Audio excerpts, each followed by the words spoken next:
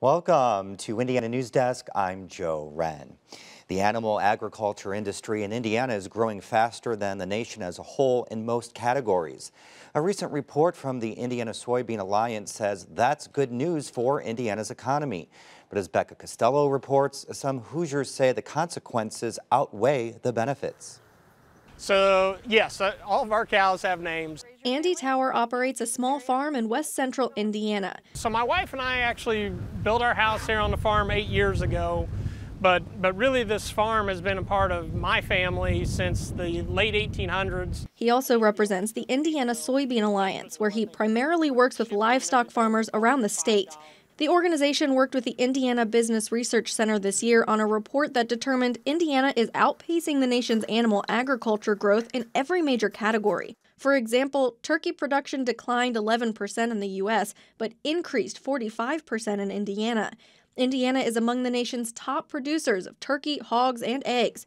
But Tower says the most important finding of the report is that this growth isn't just good for farmers. So the impact of the entire state economy is pretty large. I mean, because you start to figure in, not only the increase in economic activity at the individual farm level, but then that creates opportunities in the trucking industry, the feed industry, all the different service industries, plumbing, electric, those type, and then all the way down to the processing. It's what's called a ripple effect, with a relatively small livestock operation indirectly boosting all aspects of the local economy. Agriculture is something that we can generate more economic development.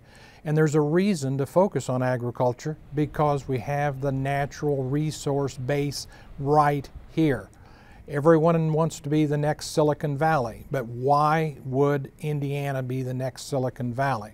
Hurt says this kind of growth is ideal for Indiana because it's bringing jobs to places where there just aren't many other options. The large-scale animal operation has economic benefits. It has benefits in helping drive our cost of our basic food ingredients down. It creates opportunities in economic development and employment in rural areas where it's really hard to attract the next major employer to come into that community. But when we talk about livestock operations, we're usually not talking about Tower's idyllic farm with less than 20 cows. Instead, the Soybean Alliance report refers primarily to confined feeding operations, or CFOs. These are farms with a large number of animals in one place. Indiana has close to 2,000 CFOs. Operations with a higher number of animals are called concentrated animal feeding operations, or CAFOs. Both are regulated by the Indiana Department of Environmental Management, which enforces regulations about what farms do with all that manure, how close they can be to water sources, public roads, and more. But for some Hoosiers who live next to a CFO or CAFO, it's not enough regulation. Nancy Banta lives near a CAFO in Bartholomew County. Earlier this year, Banta and other homeowners successfully lobbied the county to charge them less in property taxes because the value of their homes is decreased by the CAFO. My quality of life, I had to rethink everything about it. I can no longer think about my grandchildren over here to play because of that. As for an economic boost, Banta says the CAFOs aren't bringing in jobs. Instead, they're taking advantage of a vulnerable community.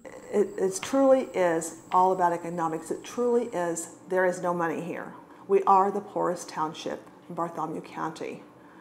That essentially is the bottom line, is why they're here. Because they're not going to be able to push back in any way. They don't have the means to push back. They don't have any representation in any kind of county government that's going to look out for them. They're an easy target. But Tower says the farmers running CFOs or CAFOs are mostly Hoosiers who have farmed here for generations.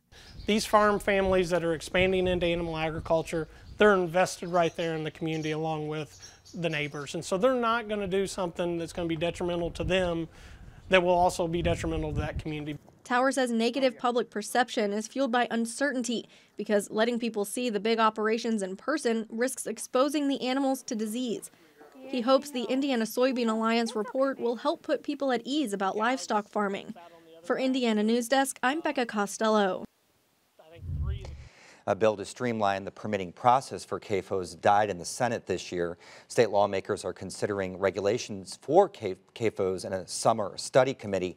Becca Costello joins us now to talk more about what options are on the table. So tell us about this recent bill and then why it didn't make it to a full vote. So Republican Representative David Wilkins from Wabash introduced this bill in the House, and it would have just tweaked that permitting process for CFOs and for CAFOs.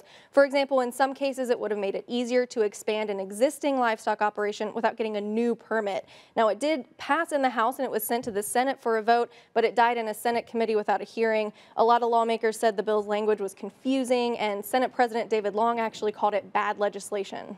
So then what are lawmakers considering in this study committee? So in this summer study committee right now, they're considering the same topics, and so they're going to hear from all the parties, and then they could make recommendations to the full General Assembly about what actions to take next legislative session. So far they've heard about the state's current CAFO permitting process, and the Indiana Soybean Alliance actually presented this report to them at the last meeting, which was in August.